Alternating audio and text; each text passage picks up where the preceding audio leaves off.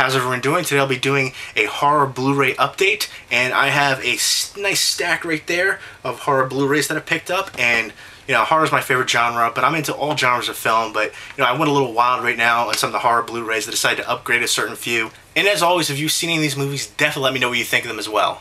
I'm just loving you. That splatter and that gore in HD. I love it. And speaking of splatter and gore, first up you have High Tension, directed by Alexandra Aja. And you know, you got the Splat Pack, which is, you know, all that new French wave horror. And this is just a great example of the new French wave horror, and just an excellent movie. Great gore, great special effects. My only thing is, though, I hated the ending to this movie. I felt it was a real cop-out, and that just kind of annoyed me. But the rest of the movie was, you know, a great watch, very thrilling. And again, the gore, I love the scene on the stairs, and just fantastic gore in this one. And definitely worth checking out, and you know, I'd say it's definitely worth owning as well. Even though I didn't like the ending, I felt the ending was a big cop-out, the rest of the movie definitely makes up for it, and fantastic gore. And this is the unrated edition as well. I don't know, would you call it a psychological slasher? Let me know what you guys think. This was an upgrade. I ended up getting this for like $5.99, so I figured, what the heck, why not? And next up is 1972's The Horror Express with Peter Cushing and Christopher Lee. Absolutely love this movie. This is, to me, one of the most underrated horror movies out there. It's a great horror sci-fi movie. Love the heck out of this movie. And if you haven't seen it, I highly recommend it. And this is released by Seven Films.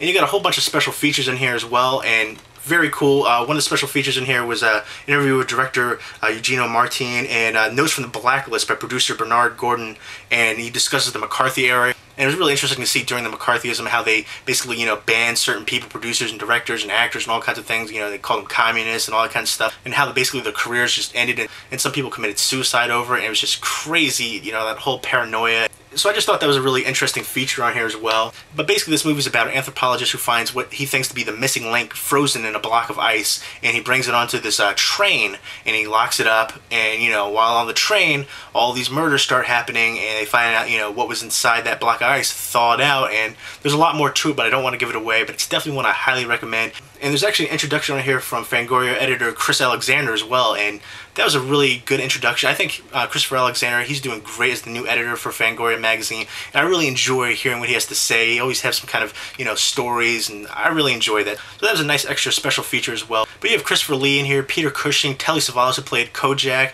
he's in here as well. So you have a great cast and great performance as well. And you know, talks about it in here as well as Peter Cushing, what he was going through during the movie as well. So that's another interesting tidbit of information, but definitely a very underrated horror movie, and I highly recommend it. I can't say enough great things about this. I don't want to, you know, give too much away, but just such an excellent one. And this is the Blu-ray DVD combo pack as well. I'll go ahead and show you the disc artwork. Some nice disc artwork right there. And next up is Invasion of the Bodysnatchers from 1978, directed by Philip Kaufman. One of the best remakes ever, in my opinion. Great cast in here. You've got Leonard Nimoy, Jeff Goldblum, Donald Sutherland. Just the creepiness of this one. This is one I watched when I was a little kid, and it's still creepy as heck now. Love this one. Just a classic. And this is the Blu-ray DVD combo pack as well. 2-disc set, tons of special features. And there's the DVD, and then there's the Blu-ray right there. But I think everybody basically knows the story about this one. It's basically about an alien race that, you know, comes to Earth, and then there's little pods, and they come out, and they basically, you know, if you fall asleep, they take you over, and they replicate humans, so you can't really tell. It looks exactly like a human being, but it's not. And it's just lots of paranoia. It's just a fantastic sci-fi horror movie. Definitely an all-time classic, and one of the best remakes ever, in my opinion. And next up is 28 Weeks Later. This is a sequel to 28 Days Later, and now I'm here they're going to do 28 Months Later coming out. You know, it's kind of stretching it then, but I do kind of want to see it. I mean, 28 Weeks Later was good, but not as good as 28 Days Later, in my opinion. 28 Weeks Later was a little bit too derivative of the whole infected slash zombie genre, and it wasn't anything too unique. It was very fast-paced, more fast-paced than the first one, in my opinion, but it was still a very decent sequel. You know, you got some great tension and thrills built up throughout it. And you have Robert Carlyle and Jeremy Renner in here as well, who both great actors, so very nice to see them in here. And, you know, it's basically the whole infected genre. If you've seen 28 Days Later, this is the sequel where, you know, the infection has stopped 28 weeks later, and, you know, they think it's all safe, so they're slowly bringing people back, and, you know, there's something happens, and there's an outbreak, and things get crazy, and, you know, the outbreak spreads, and I'm not going to give too much more about it, but very formulaic plot, but it works. It's still very enjoyable, and definitely one that I'm happy to have in my collection. And next up is Poltergeist 2, The Other Side. This is the sequel to the first one, and there's a third one as well, but I don't think they have a release in America yet. But I think I'm going to import it. I think they have it in Italy. I think a couple other countries have it as well. I really enjoyed the third one as well. They're all stuck in that building, but this one was also very good. Oh my gosh, it's so creepy. The preacher, oh, totally creepy. But basically, the family moves to a new house, but no, they haven't escaped. The supernatural forces are still falling to this new house. And you have Craig T. Nelson, who's coach. He's the father in this one. You have Zelda Rubinstein, who's back in this one as well. And you have Heather O'Rourke, who's the child, Carol Ann. And very sad what happened to her. She ended up passing away really young. And so that was really sad. And Julian Beck, who played the Reverend Cain in this one, again, totally creepy. He made the movie really with his creepiness factor in this one. Oh, when he's knocking on the door, and then later during underneath the ground and stuff like that. Totally creepy. Definitely happy to have this one in my collection. Love all three Poltergeist movies. Fantastic. Next up is Frank Henlower's classic from 1982, Basket Case, and this is from Something Weird Video. Absolutely love them as a company. They have all kinds of really just out there movies, just basically all kinds of crazy releases, but this is very fantastic. This looks excellent on Blu-ray. I was really surprised at how great this looked on Blu-ray, and I love this movie. I did a video where I got a Basket Case t-shirt. I showed it on there. I got it from Fright Rags, and Frank Henlower actually liked the video, which I thought was really cool.